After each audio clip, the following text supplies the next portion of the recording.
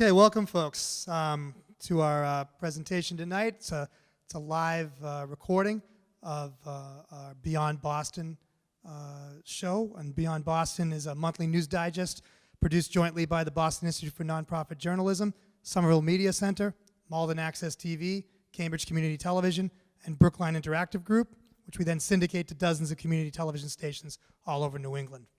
So our topic tonight for our panel is, what is net neutrality? Why is it important? And why is the Trump administration's attack on it so dangerous to our democracy? Kind of a loquacious title, we admit, but descriptive. And we have a great panel that's going to talk about these issues, an expert panel tonight, and we'll just introduce them right now.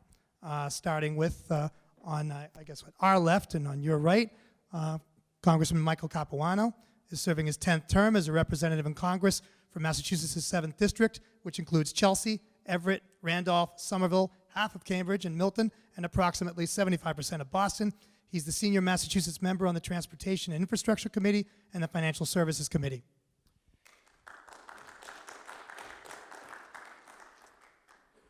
And Evan Greer is a Jamaica Plain-based musician, parent, and activist.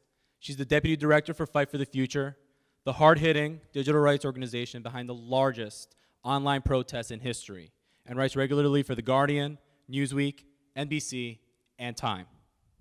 Next up. Next up, we have Carolisa Berg-Powers. She's the executive director of the Transformative Culture Project, a Roxbury nonprofit that works with youth and adult artists to help them create social and economic power through their art. And last but not least, Jordan Berg-Powers is the executive director of Mass Alliance, a coalition of political and advocacy organizations that work together to build a progressive Massachusetts, former organizer of the Free Press. So the format for this presentation is simple. We're going to have each of the panelists speak in turn for a few minutes, 10 minutes, and then the panelists are going to interact, and then we're going to open up the floor for Q&A. The congressman will have to leave about 8 p.m., so just be aware of that. And first up is Congressman Michael Capuano. All right. Okay. I don't think I'm going to take 10 minutes. I didn't know what net neutrality was until, I don't know, a year or so ago. And look, I'm not the most technologically capable guy, probably the least technologically capable person in the room. This is like a magic box to me. I don't have a clue really how it works, but it works, and my whole life is in it. And, all of us now share that. And when it doesn't work, we throw it on the floor, we get upset, it ruins our life, it ruins our day, and we try to figure out a way around it. And it's become impossible to a certain extent. Technology is part of everybody's life today, and it's not going to stop, it's going to keep going. When I heard about net neutrality, it was explained to me in a very technical sort of way, and I had to slow people down and say, wait, do that again, and this time speak really slowly in very simple words.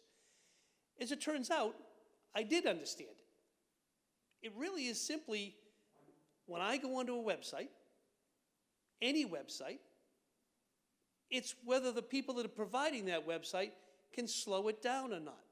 Now, I know that all of us, or most of us, have the opportunity now to go buy faster access if we want to.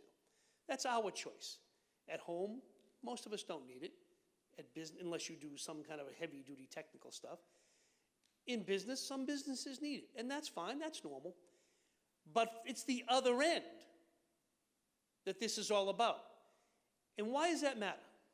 In theory, in a free enterprise system, maybe that shouldn't matter, but it does, and here's why.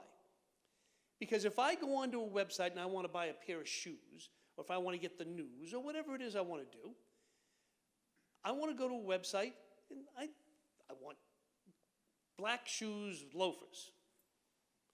If I go to this website, and the pages download like that, okay, that's great. The exact same shoe sold over here on this website might be less expensive, might be the size I want, might be the exact color and thing, but that website goes very slowly. And what happens? I get frustrated. and I ended up going back to this website. Now, that maybe doesn't matter to some, but it matters a lot. And it matters a lot because it's not me picking which website I go to. It's somebody else. And that's true about the news. It's true about entertainment. Somebody else that I'm paying is deciding in many ways what I get to watch, what I get to see, what I get to access. They're interfering with the free flow of enterprise unless I pay them.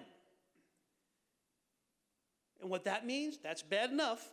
But on top of that, who changes the internet? Who changes anything? It's usually not these guys who can afford to pay more to go fast. It's these guys, some small guy in his garage, actually no garages anymore, probably in his basement, where he comes up with a new idea. Something different, something we want that I didn't even know I wanted. But I can't access him. I can, but it's too slow. He can't afford to pay the money that these big guys can. And what ends up happening? The big guys get a massive advantage again, killing innovation, killing the next big thing that we can't even imagine, putting America at a disadvantage. That's net neutrality. Oversimplified so that people like me can understand it, but that's what it is. All I want is what we've always had. As you said, it's what we have. Everything coming at me is coming at me through the same size funnel. Now, of course, I want a bigger funnel. I want 20 Gs, or whatever that even means. Of course I want it faster. But what I don't want another corporation that I have to pay making a decision how much I access and where I access. Stay out of that business. Let us go. Let innovation flourish. Let new people come online. Don't make me always have to shop at the big guys. Don't make me get my news only from the big guys. I want to get my news, I want to get my information from all over the place. That's what net neutrality is. Let me be real clear. I want to talk a minute about the politics of it. As soon as this passed, the people who quietly allowed it to pass disappeared. They said, oh no, don't worry, trust us, we won't do this. Come on, that's not human nature. Human nature is to make as much money as you can, any place you can. It is unequivocally acceptable that if we allow this as a society, people will make a fortune out of it and will change the world in a bad way. So what does that mean? We have an obligation as a society to sit here and say, that's not what this society wants. This society wants a level playing field, which requires some form of regulation, which we had until Donald Trump took office, and now they're about to change it. Congress can do this, and I will guarantee you, if we get this to the floor of the House, we will win it, because there are enough people that agree with this provision, agree to keep the net neutral. That's number one. And number two, there are some who maybe don't, but don't have the courage to vote what they want. They will vote our way because there are more of us than there are of them. So for me, we need to get it to the floor of the House, because I don't think the current FCC will change their mind. I don't think Donald Trump will have his guys change their mind. We have to do it. And that requires us to be politically active and motivated, and that's why I wanted to be here tonight, to be perfectly honest. My expectation is everybody here tonight knows way more about this stuff than I do. It's the people watching at home that maybe don't understand this like I didn't understand it. They should be concerned, because their future and their children's future will change for the worse at the whim of large corporations unless we take care of this business. That's why I wanted to be here tonight. And again, I apologize for those of you who know this stuff, having dumbed it down maybe a little bit too much. But that's what it took to get me excited. And I think the average person at home has to understand this, to be perfectly honest. And they have to understand in a way that they will see what the problem is. So with that, I think I'm going to stop and now listen to people that know way more than I do about this issue. Thanks very much. Let's hear it one more time from Michael Capuano. So, it wouldn't be a live event without the moderators forgetting to introduce themselves. So, Jason, please join me. For those of you who don't know, for those at home, for those of you in the audience who may not know my face, this face, let's start. My name is Guillermo Hamlin. I'm the Volunteer and Outreach Coordinator at MATV Malden's Media Center. We are now streaming from Malden Senior Center, named after Ed Markey's parents, at 7 Washington Street, Malden, Massachusetts. I'm here with the great, the formidable Jason Pramas here. Jason, please. Gosh, that's an exciting Oh, intro. of Thank you course, very I love much, Guillermo. adjectives. I'm Jason Pramas. I'm executive editor and associate publisher of Dig Boston, a Metro Weekly in Boston newspaper. And I'm also a network director of the Boston Institute for Nonprofit Journalism, which is an investigative reporting incubator that we run as a nonprofit. Folks who are in the audience, of course, are welcome to check out our papers and stuff over there. And folks watching at home can donate to the nonprofit if you like good reporting. We'll just go to givetobinge.org, B-I-N-G. So, without further ado, let's go to our next panelist, Most certainly. Evan Greer. Evan Greer, everyone. All right. Well, yeah, we're going in a good order because I can sort of pick up where the congressman left off in terms of talking specifically about where are we at right now in the fight to restore net neutrality. So again, my name's Evan Greer. I'm the deputy director of Fight for the Future. Fight for the Future is a nonprofit that has been around since the big fight over SOPA-PIPA, which you may remember, online censorship bills that were defeated after we organized a massive online protest that drove more than 8 million phone calls to Congress in a single day. That is the power of the internet, and that's what we're fighting to defend here. Net neutrality has often been portrayed as if it's sort of a battle between two different giants. This is Silicon Valley versus the telecom companies. That couldn't be further from the truth. This is not about how quickly our Netflix videos load. This is about the fact that the internet is the most powerful and important tool that we have to hold corrupt institutions accountable. It's one of the most important tools that we have to mobilize and organize against injustice in our society. And so at a time when tyranny and authoritarianism are spreading, not only in the US, but around the world, the free and open internet is more important now than ever before. And it's not just about cat videos and content, it's actually about a fundamental pillar of a free and open society that we are at risk of losing at a moment when we absolutely can't afford to lose it. Where are we at in the fight? So many of you probably may have first become aware of net neutrality for the first time if you're not sort of a tech policy wonk back in December when the FCC moved to repeal the net neutrality protections that we had in place. It's worth noting that those protections we had in place that we're now trying to defend were fought for by millions of people from across the political spectrum. If you read sort of an NBC article about net neutrality, generally the way they frame this history is like John Oliver made a video, and then Barack Obama made a statement, and then there was net neutrality. In reality, there's more than 30 years of historical and legal precedent behind net neutrality. The internet was created with this principle baked into it, that the companies that connect you to the web, the Comcast, Verizons, and AT&Ts of the world, shouldn't be able to decide what you do once you get there. They connect you to the whole internet. You can go to the New York Times or you can go to Breitbart, and they don't get to decide which one you can go to, which one loads faster, or which one costs you more to get to. That's what's made the internet such a diverse place where so many people have a voice. That's what's made it so that there are 5 times more businesses owned by black women than there were 5 years ago, largely attributed to the rise in internet-enabled businesses that lower the economic and other barriers for people getting into business ownership.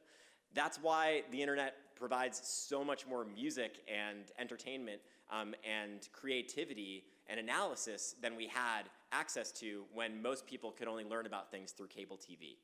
If we lose net neutrality, the internet becomes more like cable TV, where essentially the only voices that we hear are those that are backed by money. Now, how can we stop that from happening? The congressman was referencing the Congressional Review Act, the CRA. That gives our elected officials in Congress the ability to overturn decisions made by federal agencies within 60 legislative days of their publication in the Federal Register. That's a long and fancy way of saying Congress can block the FCC's repeal of net neutrality, send them back to the drawing board, and restore the strong net neutrality protections that we had in place that were working well and never should have been taken away in the first place. Now, this requires a simple majority in both the Senate and the House. So we already have 50 votes committed in the Senate. That's all of the Democrats, both independents, and Republican Susan Collins from Maine.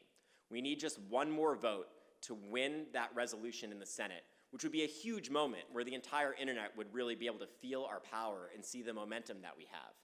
I really think that we're going to get that final vote.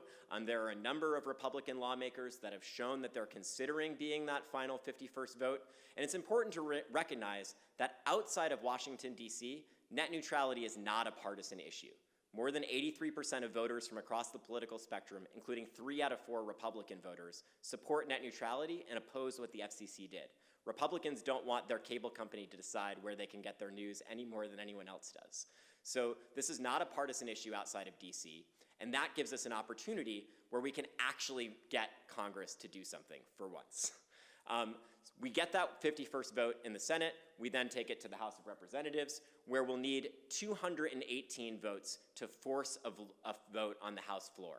Now, you'll hear the ISPs and their pundits are constantly saying, oh, this Congressional Review Act, it's not going anywhere, it's going to die in the House. That's simply not true. There is a mechanism that we can use to force a vote on the floor of the House. We need a simple majority to do it. That's going to require winning over about 25 Republicans, which means that we're going to need another massive outcry from voters like the one that we had around the December 14th vote. So one of the things that we've seen that's most effective in accomplishing that is pressure from small businesses. Fight for the Future is organizing a letter with nearly 2,000 small businesses on it right now. We're looking to scale that up to 10,000 by the end of the month, and then turning those small businesses into meetings directly with Republican senators and small businesses owners in their district. We're finding that that's convincing them more than anything else, because again, this isn't a partisan issue on the substance. You can actually make very articulate free market and libertarian arguments for net neutrality.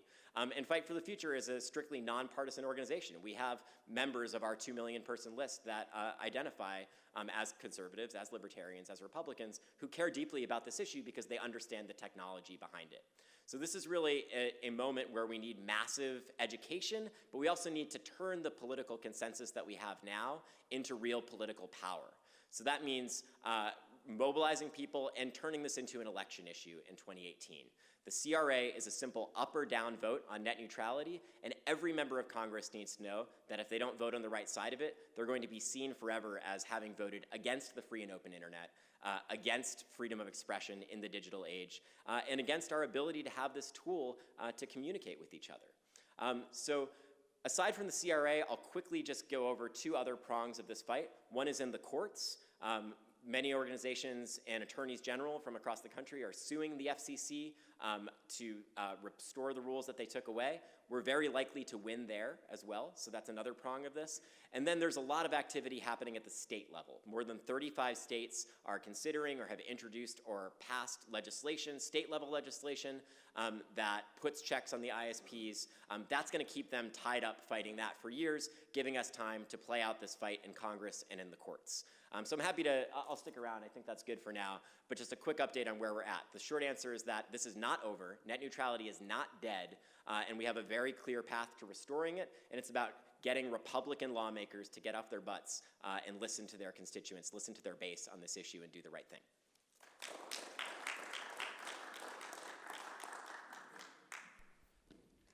Evan, thank you so much for that. And now, Kara Powers.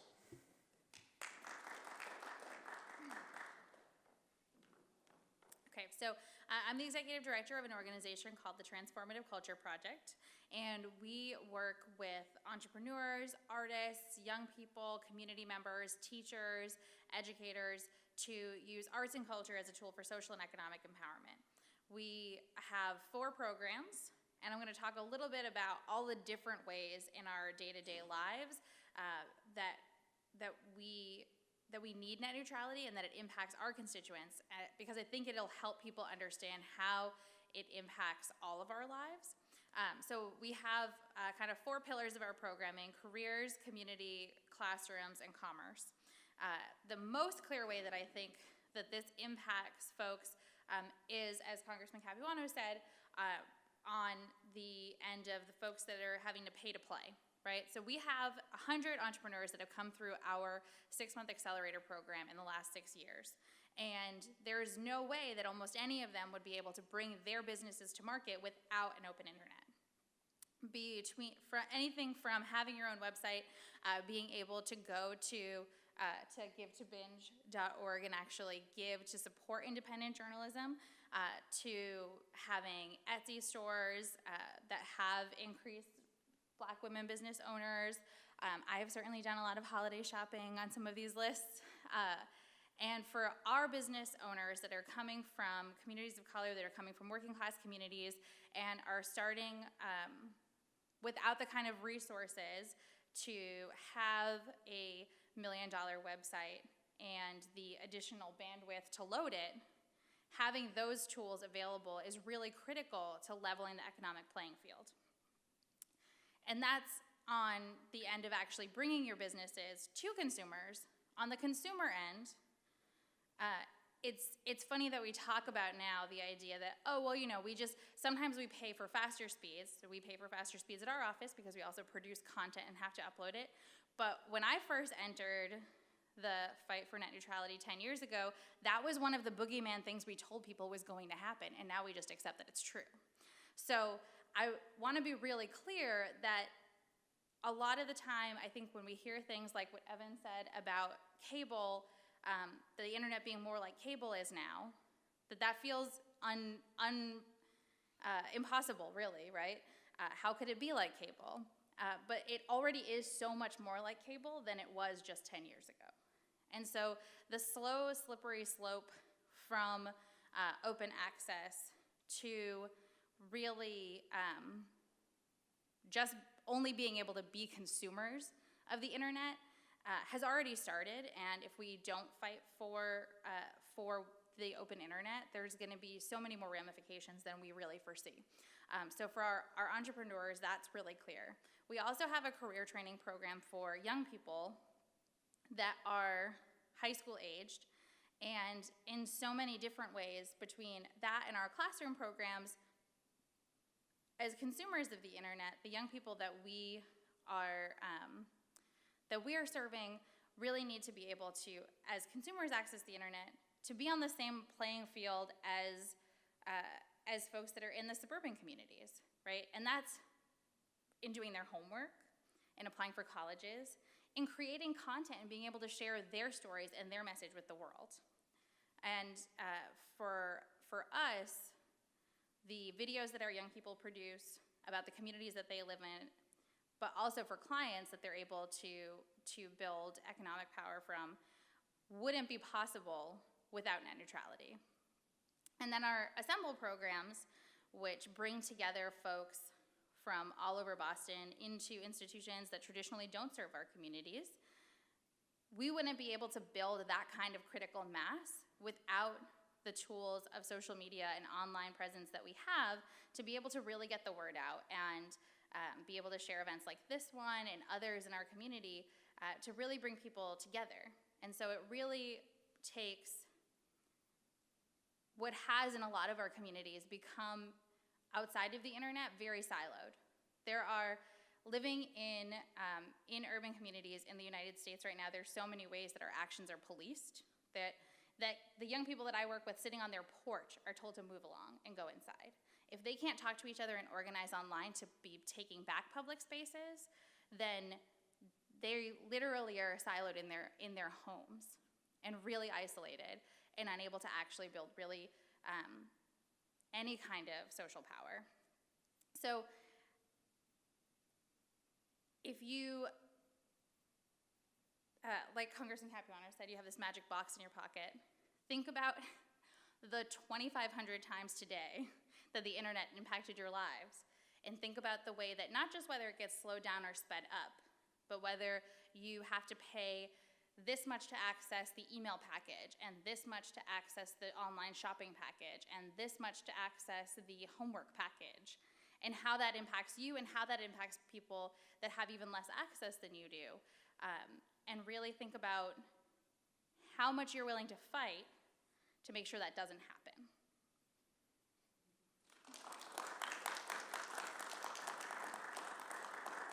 Thanks. Thanks very much, Kara. And now we'll bring up Jordan Burke-Bowers. Take us home.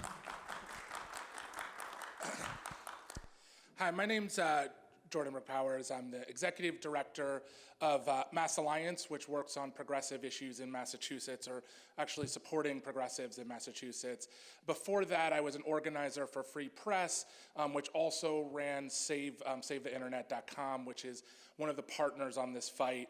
And so I really want to talk a lot about sort of what's next, what you can do right now to help sort of save the internet and fight for the future. So the first thing I really want to encourage everybody to think about for a second is just, we sort of alluded to it, but imagine a scenario where people are trying to access it like cable or like the movies, right? Where a few content creators get a say in sort of what gets produced, what gets said, what you have access to.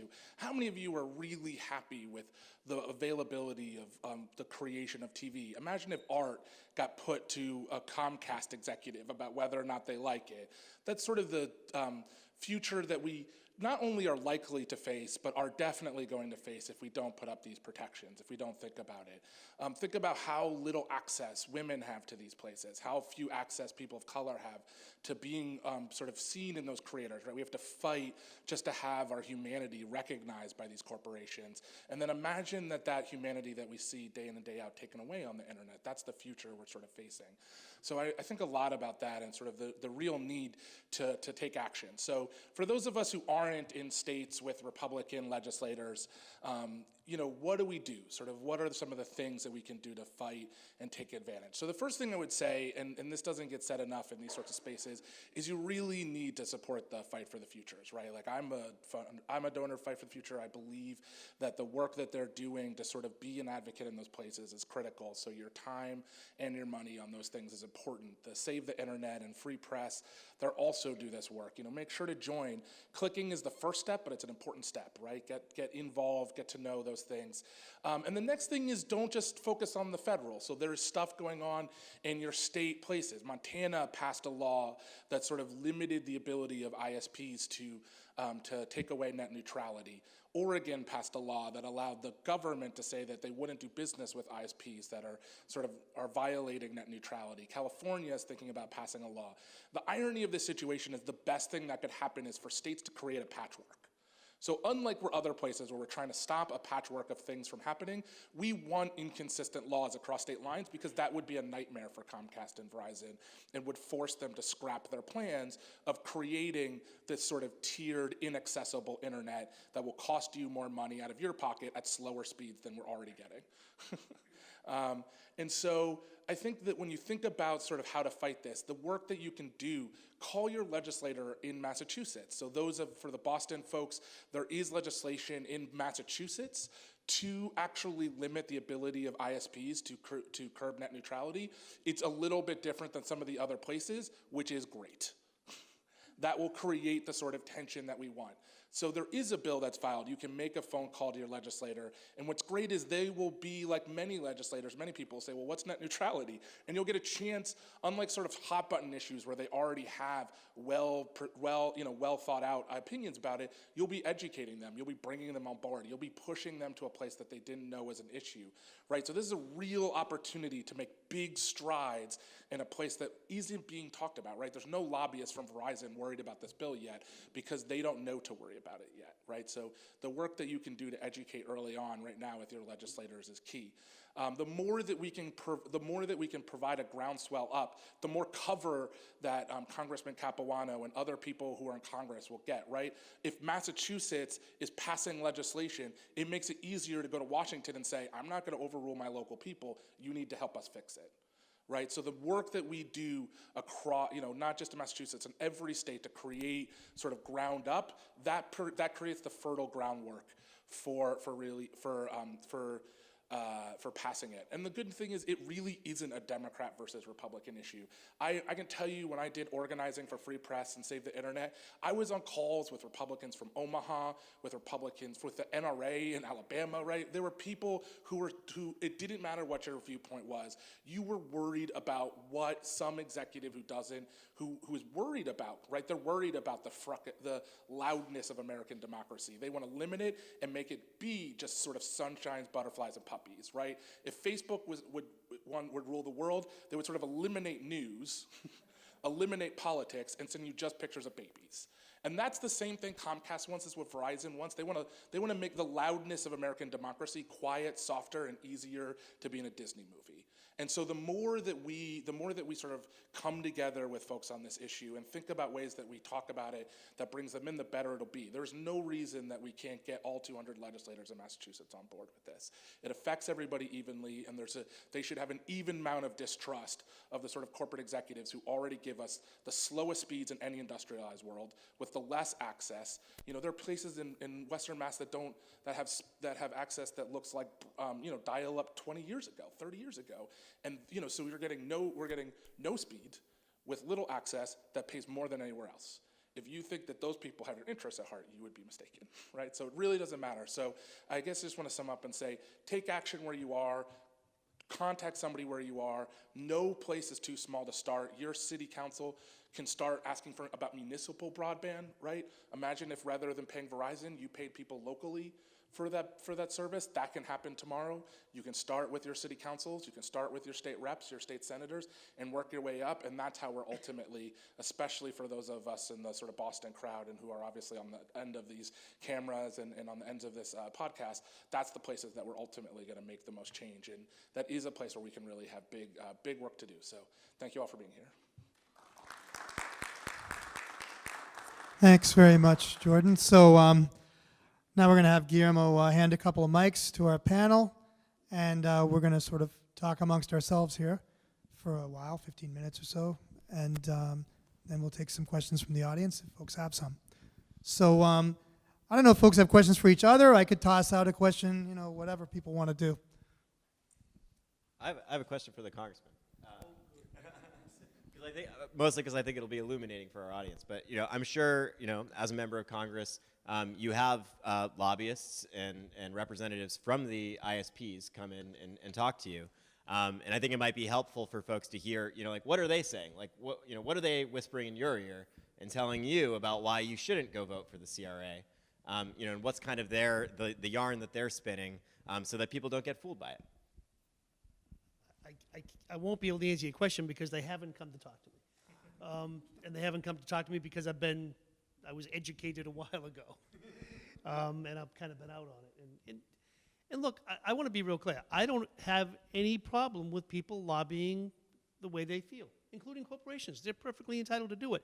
My job is to hear both sides. My job is to listen to everybody and anybody about anything. And if I'm not sure, to go find somebody that disagrees with me.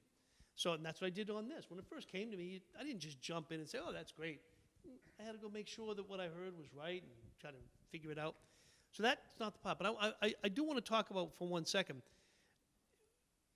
It may not be partisan on the street, and I do agree with that. It is not partisan on the street. This is not a partisan issue. It is partisan in Congress. But I got to be clear, not every Democrat is with us yet. Not every Democrat is with us yet. I don't know the last number. The person who's the lead on this particular bill happens to be a personal friend of mine. It's Mike Doyle out of Pittsburgh.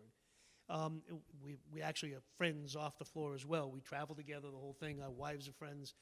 And the last I knew, before we left for this congressional break, I think there was about 20 to 30 Democrats who were not yet on, it's called a discharge petition, 25, that's the number.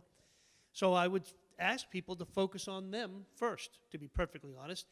It's almost impossible to get Republicans to sign a discharge petition if all Democrats are not on it, number one. Number two is even the Republicans. You have to understand what you're asking them to do.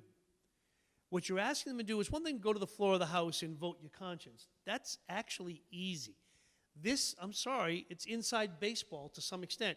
So I got to give you a small civics lesson to a certain extent.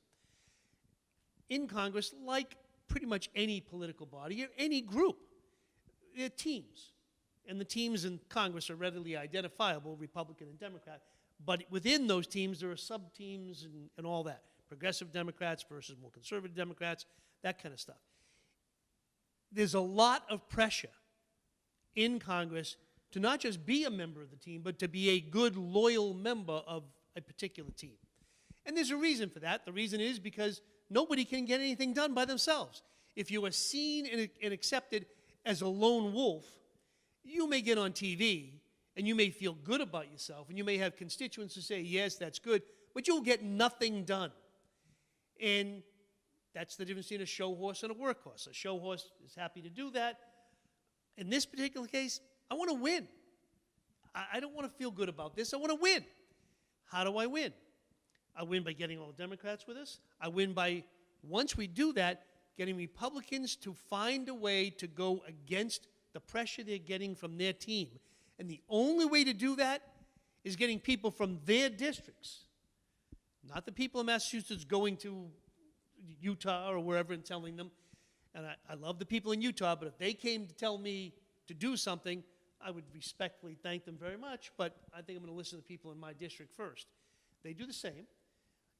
And this issue, that's highly possible. That is a realistic expectation, to get the people in their districts to contact their member of Congress. And by the way, we have a minor little thing coming up called an election. It's important to get these things done before the election. Get them to answer the question, to respectfully yet firmly go against their team, sign that discharge petition to get the bill on the floor of the House. And my final point on civics, unlike town meetings, unlike the state legislature, unlike city councils, in the United States Congress, members are not allowed to simply put an amendment on the floor or a bill on the floor. Excuse me. Every bill, every amendment must be allowed to be there by the majority party. In this case, it's the Republicans. That's what the discharge petition is all about. It's the only way around that, but you need 218 members, a majority of the House, to sign that discharge petition. You can get, you've already got the vast majority of Democrats. I believe we can get the remaining 25 if we work it. And then I believe we can get that 20-some-odd Republicans to do it. We can't in this room, but your friends, the people that think like us in Utah and people in California in Republican districts, in Colorado, they can. If they're firm, clear in their ask, and not accept something along the lines of, I'm with you when the bill gets to the floor of the House. That is code for, I will never have to vote on this bill, so therefore I can say something courageous without ever having to vote on it. I apologize for the civics lesson, but it's very important. If you're going to get into the fight, you need to know the rules of the fight, and those are the rules of the fight. They're complicated, a little complicated, but we can win. We cannot win if we just think that we're right, and therefore we should win because we're right. It has to be thoughtful. In this case, I really firmly believe we can get those other 25 Democrats, and I firmly believe that we can get enough Republicans to be able to move this forward. Anybody else want to comment on that? Oh, okay. I have a question. You know, maybe the congressman can lean on it, but not necessarily. You did great there, but I want to make sure that we get the rest of the panel. So this was in collaboration with Somerville Media Center, MATV Mullins Media Center, community media centers altogether who are beneficiaries of the, I don't know what the recent one, but the Cable Act, which allowed for public educational governmental use in, you know, television, broadcasts and stuff of that nature. How do you see net neutrality if it going exactly how the FCC, as it currently stands, intends? How do you see throttling broadband and other aspects of net neutrality that our ISPs can provide? How do you think that could affect community media altogether? Not only in television, but in expanding beyond where, let's say, online content. So I think this is great because one of as important and wonderful as community media centers are, they are a compromise, essentially, that said, we're going to have this massive corporate media landscape, and you guys get this. And so when we talk about the internet looking like cable, it's important to remember that cable didn't always look like cable, and that the radio didn't always look like the radio is. And so we didn't think that cable could look like cable, or that the radio could look like radio. And so if the internet was to go the exact same way, what it would look like is subscription packages that most people can't afford, that are essentially just corporate advertisements at us all the time, in a very small, barely accessible piece of the pie, carved out for people to feel like they've been placated.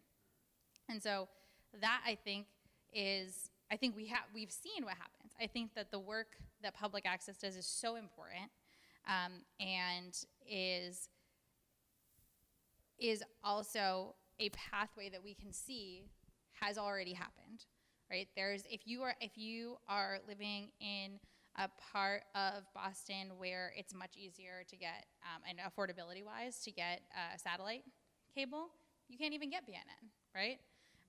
A lot of folks that have been cord cutters, you can't access the really great local programming that comes to you through these cable agreements.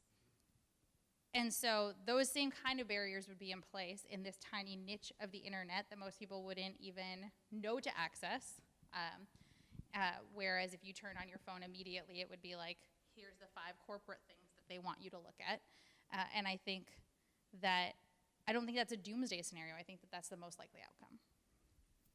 So most likely outcome being like a public, educational, governmental portal. Yeah, and I think we've already seen things like this, right? Where we've seen corporations like Comcast, like Verizon say, we're going to benevolently give this entire school district this broadband access that we then get to control, that we then get to set the terms of agreement for, and that that is not only determining how these young people in rural communities and urban communities can access the internet, but also is supposed to then make us grateful for their great corporate generosity, and really ties the way that we access the internet to their benevolence.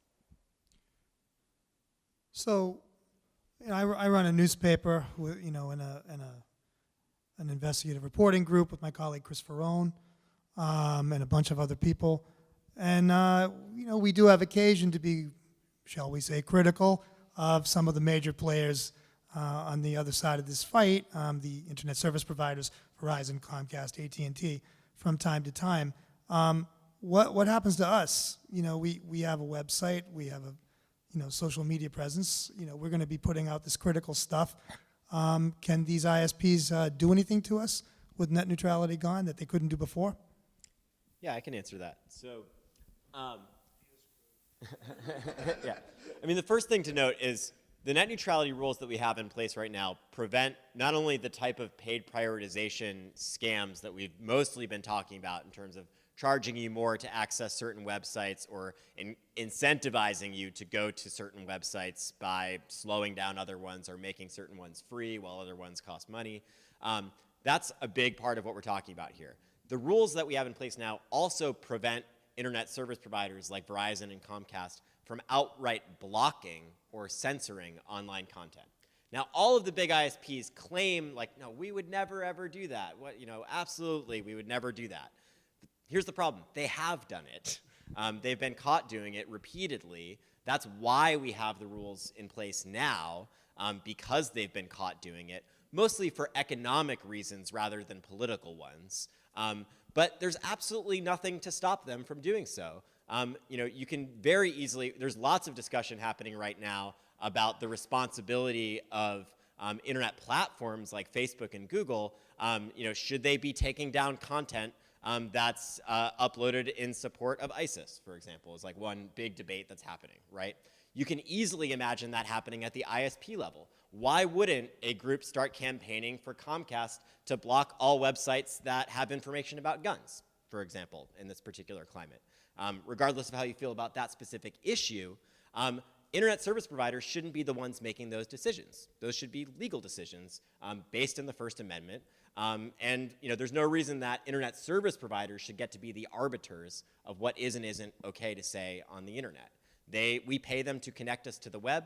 That's all they should do. As soon as they get involved in deciding what we can see and do what we get there, we have a fundamental problem for our democracy in a wired age.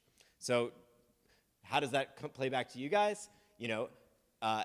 Institutions that are critical of more powerful institutions could be at risk, not only because they could theoretically block you, although it seems incredibly unlikely. What's more likely to happen is the biggest players will be able to cut a deal with them. The Boston Globe can pay them money to load super fast. You guys can't afford to pay it. You guys aren't around for that much longer. That's what's at risk here. And losing those alternative perspectives, again, fundamentally undermines the level of conversation we're able to have about solutions for a better country. Awesome. Does anybody else want to expand on that? Jordan. Yeah, I think the two things I keep thinking about is, one, we sort of need I think as Americans, we don't really have a good sense of what it could look like in other places. And so we think that this is sort of normal, that what we have is normal, and we don't realize that the sort of big incumbent ISPs, the internet service providers, the people you're paying your bills to, we start to think that everything we get about this is normal, and we don't realize that we're paying far more than any other country for speeds that are far slower than everywhere else. And so when we think about, and this isn't just true, when Kara was talking about sort of the way that public media looks in America, one of the things I'm thinking a lot about is the response to Russian meddling in other countries, right? So the Latvias, the Finlands, the Swedens, they'll say well, the media did this job of sort of educating the populace about media literacy and understanding the messages they're seeing and what's fake and what's not. And the part that we miss is that most of those channels are paid for by the government. So it's not just that in those countries, they've sort of put, public media in this small place that's hard to access and purposefully ill-funded, right? We have an administration, the Trump, that put out a budget that has no public media at all, right? What little they give in comparison per capita, right? The BBC, right? Some of these bigger things, what little we do, they would eliminate totally.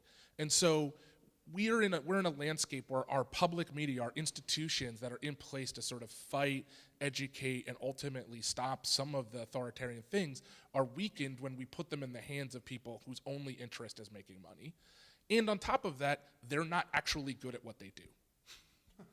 We take for granted, we sort of imagine, right? I joke every time I see a Verizon ad for their fiber, and I was like, great, 1993 technology, it busted, congratulations.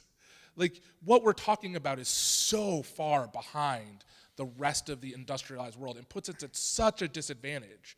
And what they're talking about doing is hyper-speeding us to a second-tier internet nation, while the rest of the world is talking about connectivity and speeds that far outpace ours. And the idea that China would have more freedom of speech on the internet, and we would be talking about slower speeds, paying even more when we already pay more than everybody else, and have less control, that's the future that they want us to sort of softly accept, to just accept as fait accompli. Right? And I think that's not something that I think to Congressman Capuano's point, that's not something that we need to accept, because we can certainly win on it. I just want to throw a little curveball to a certain extent. I'm presuming that all of us here consider ourselves progressives. These issues are just as important for people that I don't agree with. Yes. Yeah. I think I probably don't agree with Breitbart on pretty much anything, but I think they have every right in the world to say what they want to say. I am proud of my F from the NRA, but I think they have every right to say what they want to say. So I want to be real clear, though I think most of us see it through the perspective of being progressives. These issues should be just as important to the extreme right wing and everybody in between as it is to any of us who might consider ourselves progressive. And I think it's important to say. I don't want anybody thinking this is a left, right, Democrat, Republican, North versus South, East versus West, anything. This is across the board.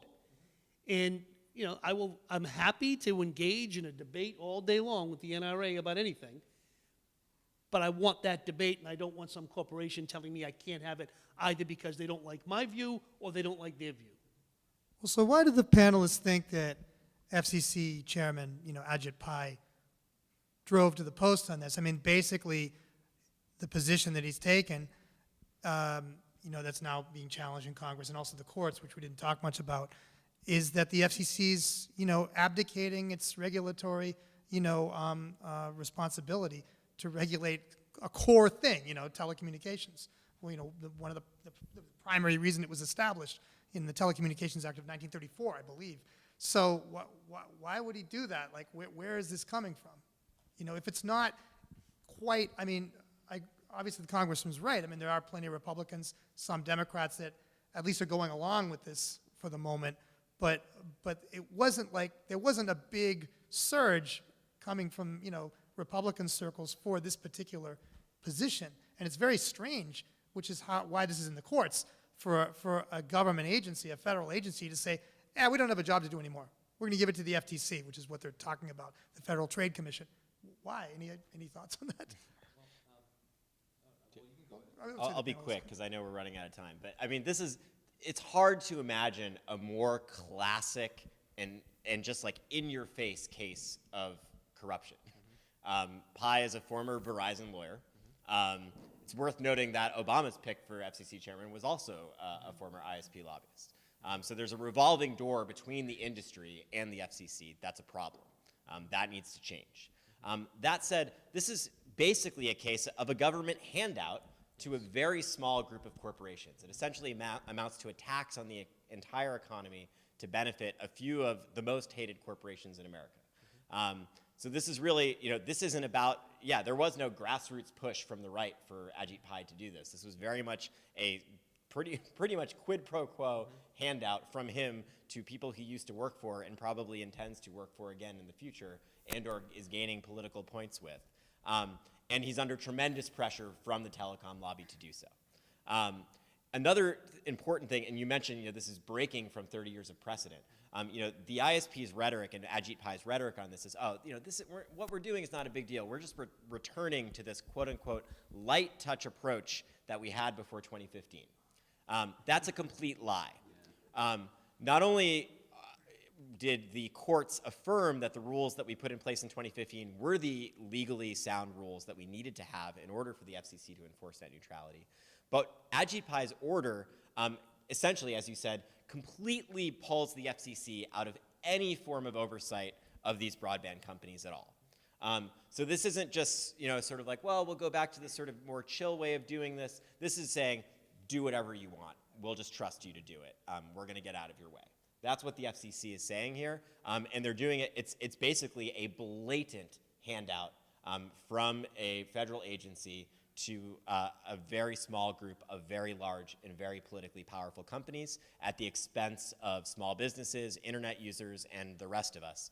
And you're absolutely right. This is not a left-right issue. Unless you are a CEO or high-ranking executive of a telecom company, the repeal of net neutrality will not benefit you.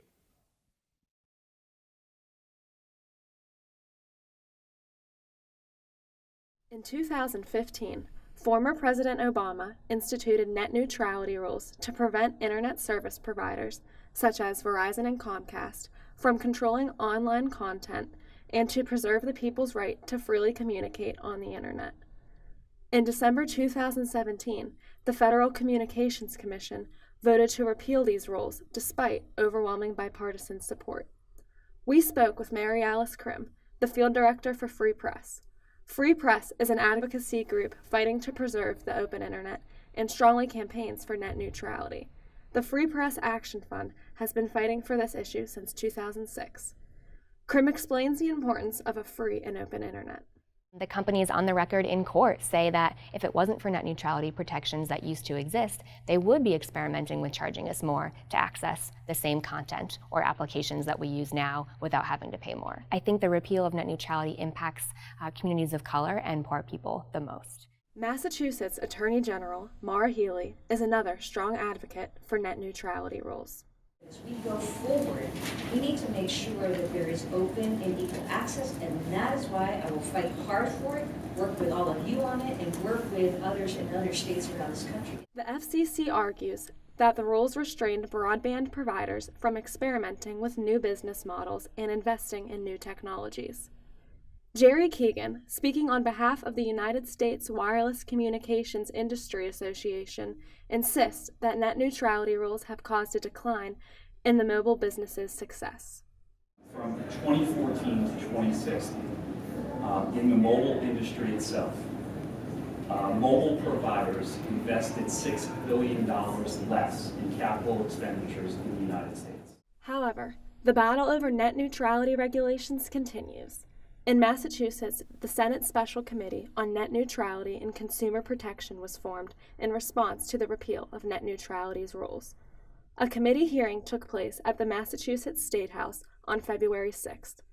At the meeting, Keegan explained how wireless companies violating the free and open internet are nothing more than claims. There are stories that are reported in the press about claiming that net neutrality violations occurred. Those stories were never brought up by the FCC. On the other hand, Matt Wood, a speaker from Free Press, explains the injustice of abolishing the net neutrality regulations. The rules that were in place before Congress repealed those in early 2017 prevented ISPs from making unauthorized and unpermitted use of their customers' personal information without asking. We thought that was a common sense. Attorney General Healey emphasizes the importance of net neutrality and why an open internet is critical to our daily lives. I think it's clear to so many of us that with so much of our lives and our economy online, the last thing we need is a slower, more expensive, more restrictive, and more unequal internet. Mary Alice Krim echoes the Attorney General's concerns. The importance of the internet to communities who are otherwise marginalized or pushed aside can't be overstated. At the beginning of this month, Massachusetts Senator Ed Markey led Senate Democrats and introduced a resolution to undo the FCC's proposed repeal. In order for Senator Markey's resolution to pass, he and his co-sponsors need one more confirmed Republican vote within the next 55 days to achieve a majority. On Monday, a state Senate committee released a bill suggesting that Massachusetts should implement a state-level net neutrality policy by creating a central registry of internet service providers and promoting fair internet practices through government contracts. The report from the Senate also recommends the state do a better job ensuring consumers' privacy while using the internet. In order for this bill to become a law, the bill will need to pass the Senate and House and be signed by Governor Charlie Baker. Outside of Massachusetts, this debate is also currently playing out in both Washington, D.C. and other state houses across the country. On March 5th, Washington State Governor Jay Inslee signed the first state net neutrality bill. Washington's new state law, set to go into effect June 6th, bars internet service providers from blocking websites or charging more for faster delivery of certain websites. This new law is one of many efforts to counter the FCC's repeal. Lawmakers in about 24 states have introduced bills similar to Washington's. An additional effort has come from the Montana and New York governors, who have signed executive actions that prohibit ISPs with state contracts from blocking or slowing data on their lines. Based on the situation's current outlook, the FCC's repeal of net neutrality is scheduled to take effect on April 23rd. For those interested in getting involved, Mary Alice Krim explains what ordinary citizens can do to protect a free and open internet. I think the number one thing to do is to find out where your member of Congress stands on the issue. That's super important. Find out their stance. You can go to battleforthenet.com, which is a website that's tracking all of our federal legislators' stances on the issue. Once you find out, call them. If they support net neutrality, say thank you. If they don't, tell them why they should. After you make that phone call, visit their offices. From Brookline Interactive Group, I'm Natalie Clydesdale.